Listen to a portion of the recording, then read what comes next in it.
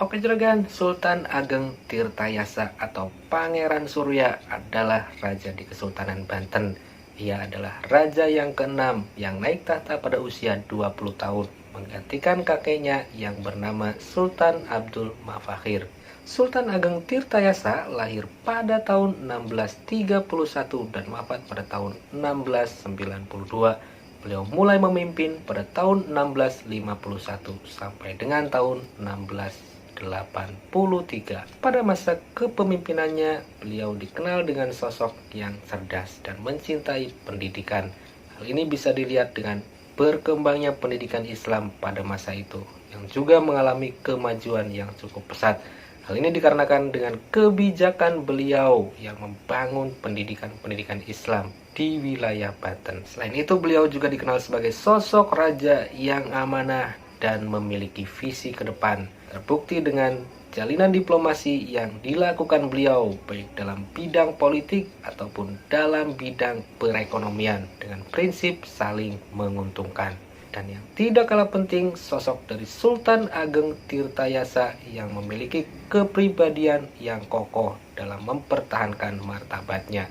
Hal ini bisa dilihat ketika beliau berhadapan dengan putranya sendiri atau darah dagingnya sendiri yang bernama Sultan Haji yang menjadi pengkhianat. Pada masa pemerintahan Sultan Ageng Tirtayasa, Banten menjadi sebuah kerajaan atau kesultanan yang mengalami kemajuan yang cukup pesat atau mencapai puncak kejayaannya, baik dalam bidang politik ataupun dalam bidang perdagangan. Berikut adalah 3 faktor pendukung yang menjadikan Banten sebagai wilayah yang mampu mencapai puncak kejayaan pada masa Sultan Ageng Tirtayasa. Yang pertama adalah faktor geografis. Pelabuhan-pelabuhan yang ada di Banten berhadapan langsung dengan jalur perdagangan yang ramai dilalui oleh para pedagang, yaitu Selat Sunda dan Pulau Jawa. Hal ini menjadikan pelabuhan-pelabuhan Banten mudah dikunjungi atau mudah disinggahi oleh para pedagang, baik pedagang-pedagang Nusantara atau pedagang di Asia. Selain itu, wilayah-wilayah pedalaman Banten memiliki tanah yang subur sehingga mampu memiliki hasil pertanian yang melimpah seperti beras, lada, dan lain sebagainya. Yang kedua adalah faktor kultural. Pertukaran budaya di wilayah Banten terjadi di masa itu. Hal ini disebabkan banyaknya pedagang yang datang ke wilayah Banten. Pedagang-pedagang tersebut membawa budayanya masing-masing dan ini menjadikan modal penting bagi para pedagang yang membawa budayanya dan terjadilah perpindahan budaya dari para pedagang kepada orang-orang yang ingin berdagang. Hal tersebut menjadikan orang-orang yang ingin berdagang semakin memiliki keinginan yang kuat untuk kemudian menjadi seorang pedagang.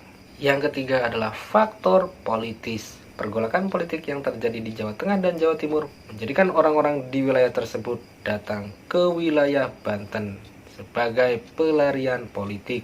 Kedatangan orang-orang tersebut semakin ramai setelah jatuhnya Madura ke tangan Mataram pada tahun 1624.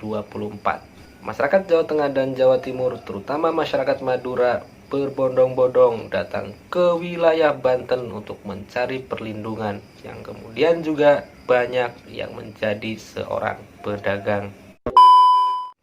Oke juragan, itu dia informasi yang bisa saya bagikan kepada juragan yang baik hati. Mudah-mudahan menjadi penambah pengetahuan. Jangan lupa untuk tetap mencintai sejarah, karena sejarah bisa membuat kita mengalami perubahan dari masa kemunduran menuju masa keemasan. Sekian.